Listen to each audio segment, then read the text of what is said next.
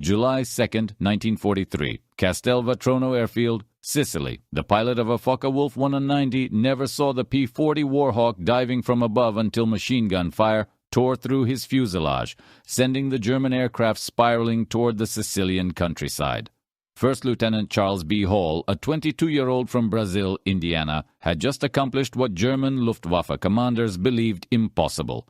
A black pilot had shot down one of their elite fighters.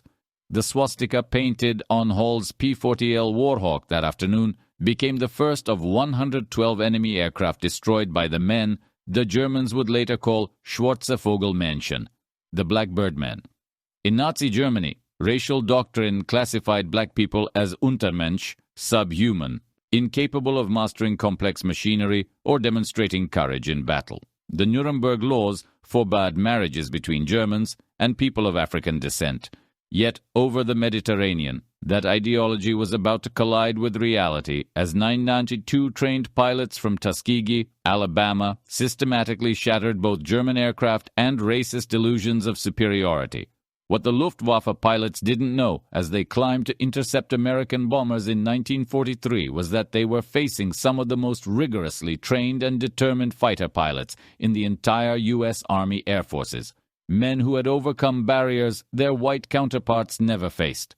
They had trained harder, longer, and carried into battle not only the weight of national duty, but also the burden of proving the worth of an entire race.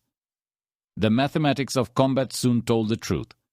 15,000 sorties, 1,578 missions, 112 aerial victories, and a bomber escort loss rate lower than any white fighter group. Numbers that forced even Nazi ideologues to confront the failure of their racial theories. Their journey began not in battle but within America's own system of segregation. In 1925, the U.S.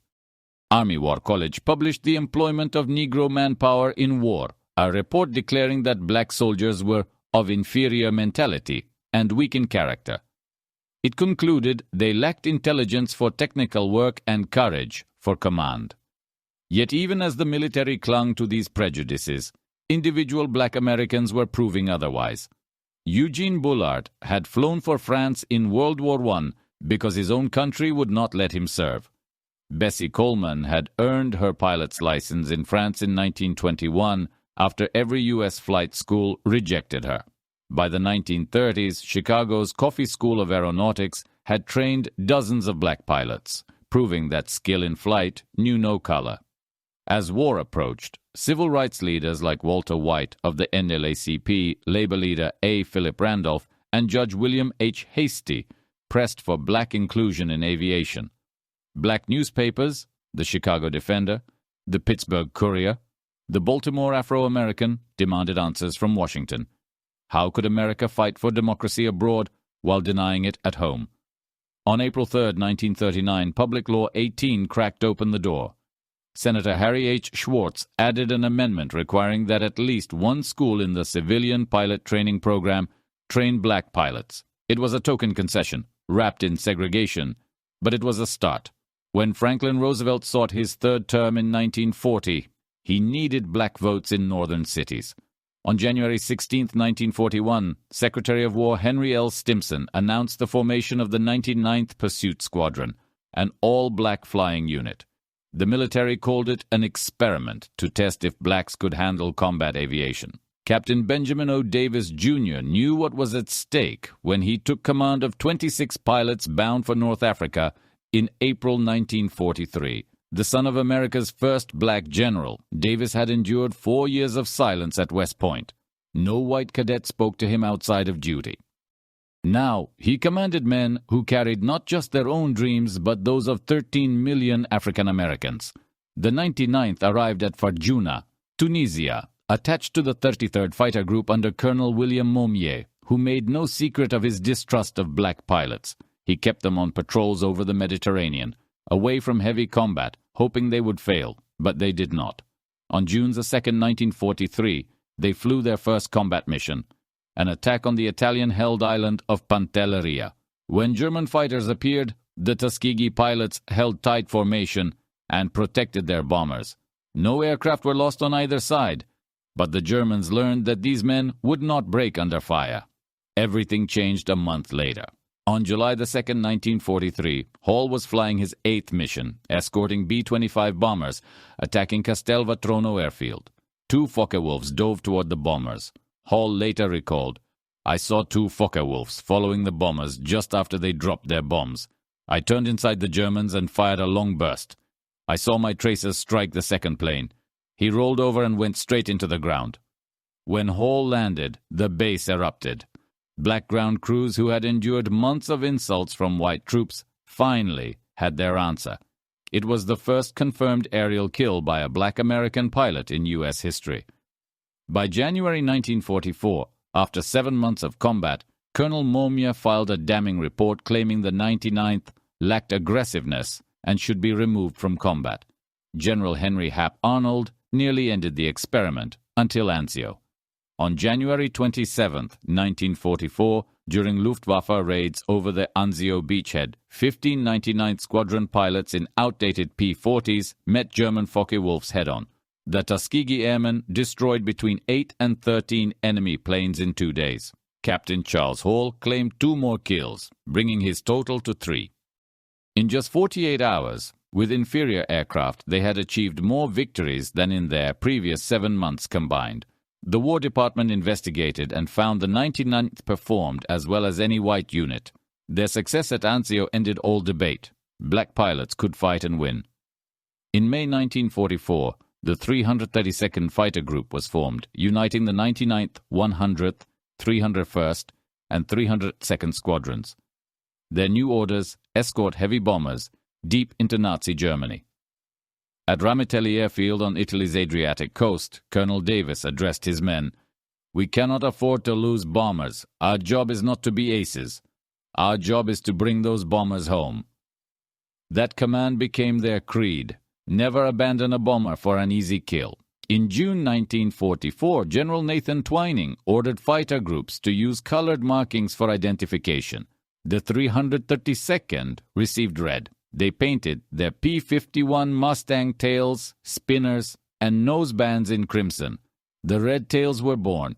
At first, bomber crews had no idea their escorts were black. All they saw were red-tailed Mustangs that never left them to chase enemy fighters. Soon, word spread. Request the red tails if you can get them. On July 18, 1944, Colonel Davis led 66 Mustangs to rendezvous with bombers targeting the Luftwaffe base at Memmingen, Germany. When the bombers arrived late, Davis chose to stay in enemy airspace rather than return to base.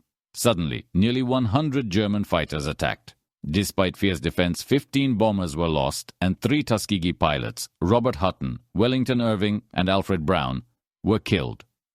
Critics blamed the 332nd for the losses, but analysis later showed they had arrived to an impossible fight and prevented total disaster. By early 1945, the Luftwaffe's conventional fighters could no longer challenge Allied air power. But Germany had one last weapon, the Messerschmitt Me 262 jet. Capable of 540 Mammostuchasepi, it could outrun any propeller-driven plane. On March 24, 1945, the 322nd Fighter Group received orders for its most dangerous mission, escort bombers on a 1,600-mile round trip to Berlin to destroy the Daimler-Benz tank factory. Intelligence warned of Me-262 jets from Jagdgeschwader 7 waiting for them. Colonel Davis led 43 Mustangs straight into the heart of Germany. As they neared Berlin, German jets appeared, the largest jet attack of the war. Lieutenant Roscoe Brown had studied their weaknesses. We knew they were faster. So instead of chasing, we turned into their blind spots. Brown shot down one jet. Lieutenant Earl Lane accomplished the impossible, hitting an Me-262 with a 2,000-yard deflection shot using the new K-14 gun sight. Lieutenant Charles Brantley claimed a third. 3 German jets destroyed in one battle, more than most entire groups achieved in the whole war. The Red Tails had just exceeded all previous U.S. jet kills in a single afternoon. The 332nd earned a Distinguished Unit Citation for the mission. Not every encounter ended in triumph. 32 Tuskegee pilots were captured and spent the remainder of the war as prisoners of war. Their experiences revealed striking contradictions between Nazi ideology and military behavior. Lieutenant Alexander Jefferson was shot down on August 12, 1944, during his 19th mission while strafing radar installations in southern France. His P-51 took a direct hit from flak. At interrogation, Jefferson was stunned by the German officer's knowledge. He knew about Ramitelli Airfield, our commanders, even the names of my parents in Detroit, Jefferson recalled. He knew my father was a teacher and my mother's maiden name. Their intelligence was frighteningly precise. Inside Stalag Luft III, Jefferson found himself treated like any other American officer. White prisoners, including bomber crews he had once escorted, sought him out to thank him for saving their lives. In the confines of a German prison camp, racial boundaries dissolved in ways unimaginable back home. Here I was, in a Nazi POW camp, Jefferson later said, being treated more equally by white Americans than I would be in the United States. When he finally returned home, he was immediately segregated at the port of re-entry, a harsh reminder that the fight for equality was far from over. While German pilots grudgingly respected the Red Tails, calling them Schwartze Vogelmenschen, American bomber crews became their most devoted supporters. To the bomber men who faced death every mission, race was irrelevant. Only survival mattered. Stories spread through the 15th Air Force about the red-tailed angels who never left their bombers unguarded. Crews described their distinctive flying style, their wing waggles of reassurance, and the way they fought with unmatched discipline. If you can get the red tails, the bomber crews would say, you'll make it home. The statistics backed that reputation. Research by Air Force historian Dr. Daniel Holman showed that bombers escorted by the 332nd Fighter Group lost only 27 aircraft to enemy fighters, compared to an average of 46 losses for other P-51 groups in the 15th Air Force. This was achieved while flying some of the longest and most dangerous missions of the war. By the end of World War II, the Tuskegee Airmen's combat record had demolished every pre-war myth about black incompetence in military aviation. Their tally was extraordinary. 578 missions flown, more than 15,000 sorties completed, 179 bomber escort missions, 311 missions for the 15th Air Force, 112 enemy aircraft destroyed in aerial combat, 150 more destroyed on the ground, and 3 Me-2G62 jet fighters downed in a single day. They also destroyed 950 rail cars and trucks, 254 locomotives, and even crippled an Italian destroyer, Giuseppe Missori, on June 25, 1944. Their bomber protection rate, 27 losses versus 46 elsewhere, became the best in the entire Air Force. Individually, their achievements shone. Lee Archer, with 4 confirmed kills, Joseph Ellsbury with 4, including 3 Focke-Wulfs in one day, Edward Toppins with 4 victories, Clarence Lester with 3 in a single mission on July 18, 1944. Collectively, they earned 96 Distinguished Flying Crosses, 744 Air Medals, 14 Bronze Stars, 8 Purple Hearts, and 4 Distinguished Unit Citations, 3 for the 99th Squadron and 1 for the entire 332nd Fighter Group. The human cost was heavy. 66 pilots were killed in action, 32 captured, and 84 lost in training or non-combat incidents. Yet their transformation from mockery to mastery was no accident. It was the result of relentless training and discipline. At Tuskegee, cadets flew an average of 300 hours before graduation, compared to 200 for white trainees. The washout rate was 60%, far higher than the 40% in white schools, leaving only the most exceptional to wear the wings. Colonel Noel Parrish, commander of Tuskegee Army Airfield, called them a super-selected group. The evolution of their aircraft paralleled their rise. They began in outdated P-40 Warhawks, aircraft already obsolete by 1943. The Warhawk's Allison engine left it underpowered against the German Bf-109s and FW-190s, but its toughness and maneuverability made it deadly in skilled hands. When the Red Tails received their new P-51 Mustangs in mid-1944, the balance shifted. The Mustang's Packard-built Merlin engine gave it 437 mph top speed and unmatched range, over 1,600 miles with drop tanks. For the first time, the Tuskegee Airmen flew machines that matched or surpassed anything the enemy had. Behind every pilot stood the silent heroes, the mechanics, armorers, and crew chiefs who kept the aircraft flying. Of roughly 16,000 Tuskegee personnel, fewer than 1,000 were pilots. The rest were support crews who performed miracles on primitive airfields like Ramitelli. Supplies were scarce, spare parts delayed, yet their aircraft readiness rates equaled or exceeded those of white units.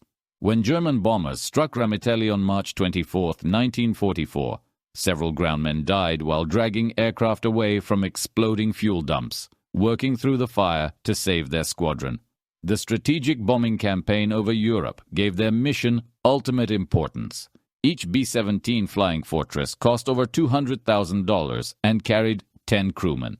Every bomber lost was a severe strategic blow. That's why Davis's order, "Never leave the bombers," mattered more than aerial victories. "Anyone can shoot down an enemy if he abandons his post," Davis told his men. "It takes discipline to stay with the bombers when the enemy is running." The Red Tails developed a sophisticated escort system, a close escort weaving above the bombers, a medium escort intercepting threats, and a high escort guarding against dives from above. This three-layer defense demanded perfect coordination. The Tuskegee pilots excelled at it, earning the respect of the bomber crews they protected. But while they fought fascism abroad, they battled racism at home. Their victories over the Luftwaffe made headlines in black newspapers, but were ignored or downplayed in the mainstream press. The Pittsburgh Courier's Double V campaign, Victory Against Fascism Abroad and Racism at Home, used the Tuskegee Airmen as its symbol. By 1945, even German intelligence recognized the Red Tails by name, but many white Americans still did not know black fighter pilots existed. This erasure was deliberate. The War Department rarely publicized their successes, fearing to upset segregationist attitudes. When victory came in Europe, the 332nd was not invited to public celebrations. Instead, they faced questions about whether black pilots would be retained after the war. The Army Air Forces intended to maintain segregation, despite overwhelming combat evidence of its absurdity. For decades after World War II, the Tuskegee legacy faded into obscurity. Many veterans returned to a country that refused to acknowledge them. Lee Archer, one of their top aces, rarely spoke of his service. "Nobody believed me anyway," he said. "A black fighter pilot must be lying." Change began in 1948 when President Harry Truman issued Executive Order 9981, integrating the U.S. Armed Forces. The Tuskegee Airmen's impeccable combat record had helped make it politically possible. Benjamin O. Davis, Jr., who had led the Red Tails through some of the toughest missions of the war, became the first black general in the U.S. Air Force in 1954. Recognition came painfully slow. It wasn't until 2007 that President George W. Bush presented the Tuskegee Airmen with the Congressional Gold Medal. Of the nearly 1,000 original pilots, only about 300 lived to see that day. They had waited more than 6 decades for their nation's gratitude. Their story was no myth. It was documented history, measured in hard data. 112 enemy aircraft destroyed, 3 Me-262 jets downed in one mission, 150 aircraft destroyed on the ground, and a bomber loss rate nearly half that of other escort groups. 96 distinguished flying crosses proved what prejudice denied. The Germans who had mocked the Black Birdmen were forced to respect them. Every enemy plane destroyed, every bomber saved, every mission completed built a mountain of proof that courage, intelligence, and discipline knew no color. Roscoe Brown, the man who shot down a German jet over Berlin, summed up their victory with simple clarity. "We didn't just fight the Germans, we fought ignorance, prejudice, and hatred, and we won all 3 battles." The Tuskegee Airmen hadn't merely defeated the Luftwaffe, they had changed history. They fought 3 wars at once and won them all, against fascism in Europe, against Nazi racial ideology, and against American segregation. When given the chance, they soared higher than anyone expected, transforming ridicule into reverence, and proving forever that excellence cannot be confined by race or prejudice.